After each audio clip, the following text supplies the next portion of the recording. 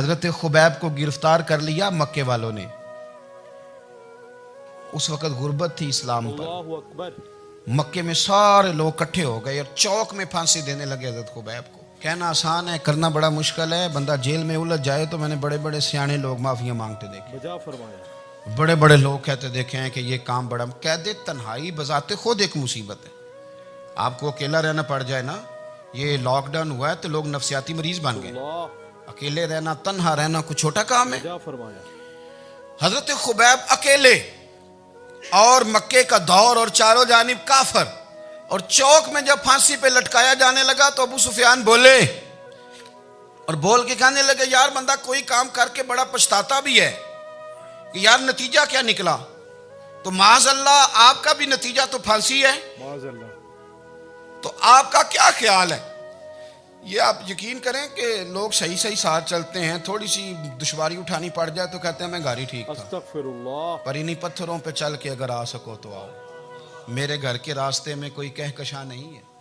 لوگ نا میٹھا میٹھا کھانا چاہتے ہیں، تھوڑا کڑوا آ جائے تو مصیبت بن جاتی ہے. بجا فرمایا. کہتے ہیں سارے ہی فلانے سے پیار کریں گے تو میں کروں گا، سارے مخالفت بھی کریں گے تو ہم انشاءاللہ پیار ہی کریں گے. انشاءاللہ. یہ کیا بات ہوئی کہ ہم زمانے کا رنگ دیکھ کے چلیں گے؟ اب بعض لوگ پچھتا رہے ہوتے ہیں.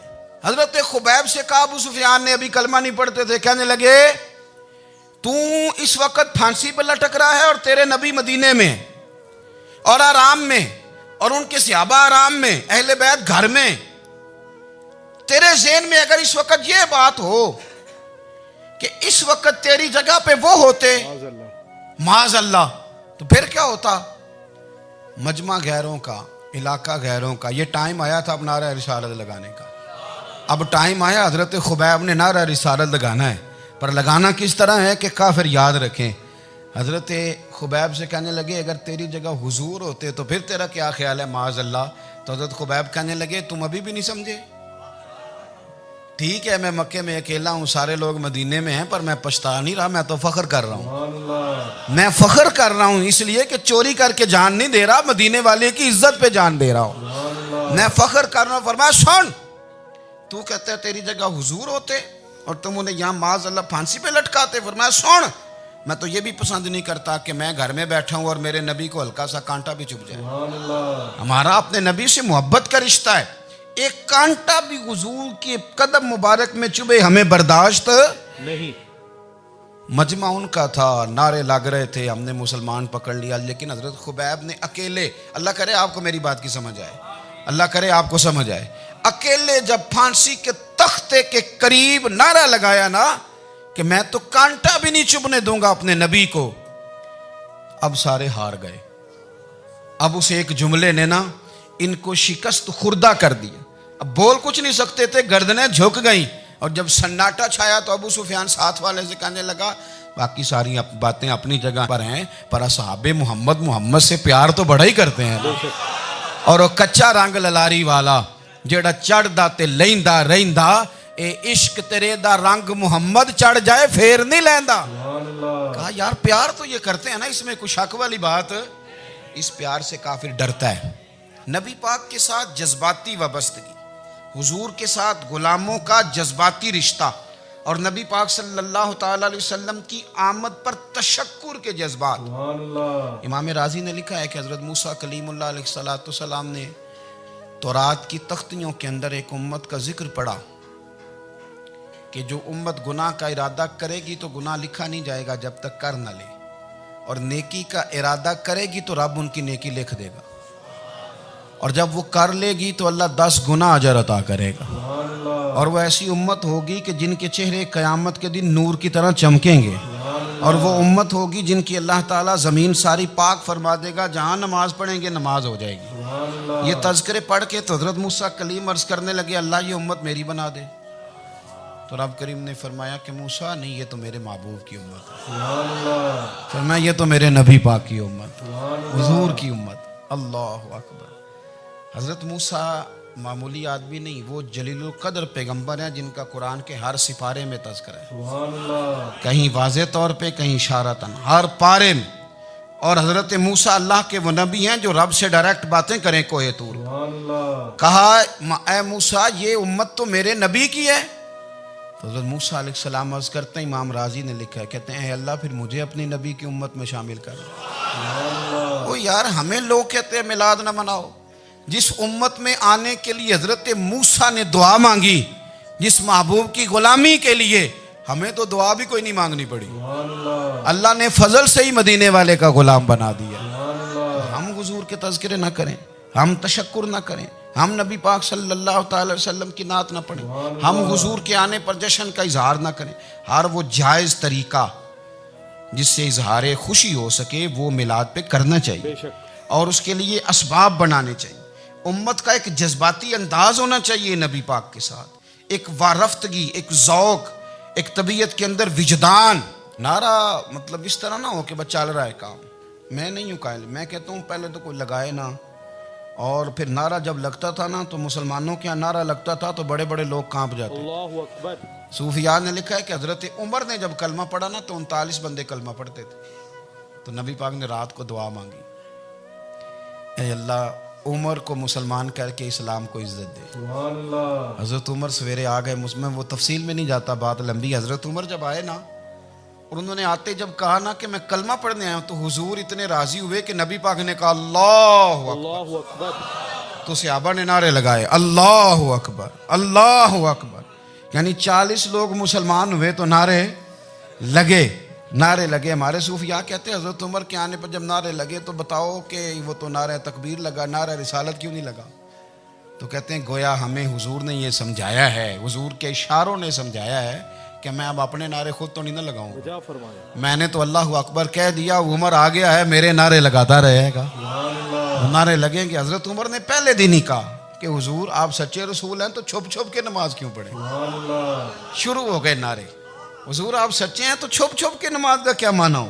تو حضور نے فرمایا تیرا کیا ارادہ ہے؟ حضور سارے نہیں، ایک میں، ایک امیر حمزہ، ایک لائن کے آگے وہ لگ جائے، ایک کے آگے میں لگ جاؤں، اور باقی مسلمان جتنے ہیں کل 40 تھے، پیچھے 18 19 بچیں گے، تو ایک لائن میں وہ ہو جائیں، ایک میں آگے، ایک میں امیر حمزہ ہو، ایک میں ہوں، تو دیکھ لیتے ہیں یہ ہمیں نماز کیسے نہیں پڑھنے دیتے۔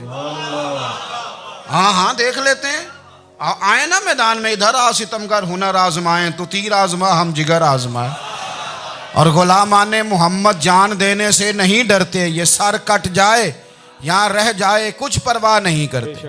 فرمایا بھی پتہ چل جاتا ہے نا، ایک لائن میں حضرت امیر حمزہ ہو گئے، ایک میں حضرت عمر ہو گئے۔ پہلے یہ مارتے تھے جو حرم شریف میں مسلمانوں کے طریقے پہ نماز پڑھتا تھا، یہ جلوسوں کی بڑی برکت ہے، اندر بیٹھے رہے نا چپ کر کے، نکل جائیں تو پتہ کچھ بھی نہیں چلتا۔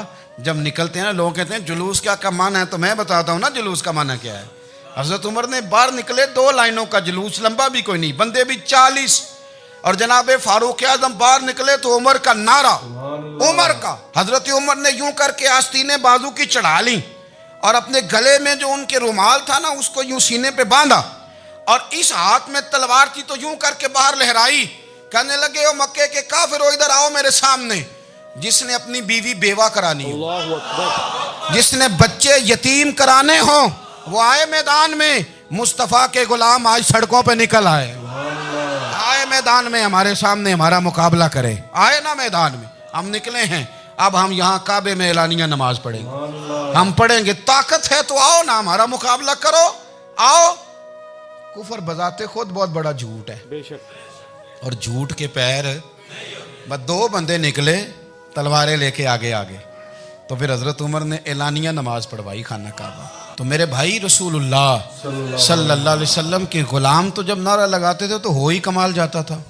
پھر بریلی کے امام بولے، کہنے لگے پیش حق مجدہ شفاعت کا سناتے جائیں۔ حضور قیامت کے دن آگے نا ہمارے آگے خوشخبری دیں گے، کہیں گے تم فکر نہ کرو، آ جاؤ میں تمہیں بخشواتا ہوں، میں تمہاری سفارش، آ جاؤ پیچھے۔ حضور نہ پیش حق مجدہ شفاعت کا سناتے جائیں گے۔ یقین کریں بریلی کے امام کو بھی بڑا ہی رنگ آتا ہے بیان کرنے کا، کہنے لگے آپ روتے جائیں گے، اللہ کو منانا ہے نا حضور نے، کہتے ہیں پیش حق مجدہ شفاعت کا سناتے جائیں گے، آپ روتے جائیں گے پر ہم کو ہنساتے جائیں گے، باغ جنت میں محمد مسکراتے جائیں گے، پھول رحمت کے گریں گے ہم اٹھاتے جائیں گے، اور حشر میں ہوگا ہمارا داخلہ اس شان سے ہم یا رسول اللہ کا نعرہ لگاتے جائیں. ہم یا رسول اللہ کا نعرہ. امام راضی کہتے ہیں حضور نے ایک رکا پکڑا چھوٹا سا, ایک بندے کو لوگ دوزخ میں لے کے جا رہے ہیں. اچھا مجھے ایک بات بتاؤ, فیصلہ پہلے ہو گیا ہے, اللہ کے سامنے ہوا ہے, اور فیصلہ ہو گیا اور طے ہو گیا کہ دوزخ میں جانا ہے. وہ قریب پہنچ گئے دوزخ کے, تو حضور نے دیکھ لیا, اور بتایا کس نے؟ حضرت آدم نے. حضرت آدم کہنے لگے حضور وہ آپ کے غلام کو دوزخ میں لے جا رہے ہیں. نبی پاک آگے گئے, کیا پڑھتے ہیں ہمارے بھائی؟ حضور نے مجھے ان سے چھڑا کے چھوڑ دی. اللہ اکبر. نبی پاک صلی اللہ علیہ وسلم آگے گئے, فرمایا ادھر آؤ, کہاں لے کے جا رہے ہو؟ اللہ کے سامنے فیصلہ ہوا ہے نا, فرشتوں نے کیا ہے نا. فرشتے کو کسی سے بددیانتی تو نہیں نہ کرتے, فرشتوں نے جو کیا ٹھیک کیا ہے نا. کیوں لے کے جا رہے ہو؟ سونیا گناہ زیادہ ہیں, نیکیاں تھوڑی ہیں. فرمایا میرے سامنے تولو. سبحان اللہ. کسی فرشتے نے نہیں کہا کہ سونے ہم معاذ اللہ ہم کو بے ایمان ہے, ہماری کوئی سے زد چل ساڈا کو بننا سان جائے دے نال. بھائی میرا مطلب ہے صحیح تولا ہے, فیصلہ ہے, فرمایا دوبارہ تولو. گویا رب بھی فرماتا ہے جیسے میرا محبوب کہتا ہے ویسے ہی کر. اور کوئی نہیں, دوبارہ تول لو, کوئی حرج نہیں, تولو نا دوبارہ. فرشتے دوبارہ آئیں گے, انہوں نے دوبارہ تولا, ایک پلڑے میں نیکیاں ایک پلڑے میں گناہ. اب وہ گناہ پھر زیادہ نکلے تو نبی پاک نے نا جیب سے اتنا سا روکا نکالا. روکے کا بھی کوئی وزن ہوتا ہے, وہ حضور نے نیکیوں کے پلڑے میں رکھ دیا, نیکیاں بڑھ گئیں. سبحان اللہ. فرشتے بھی چپ کر گئے. چلو بھائی جنت میں.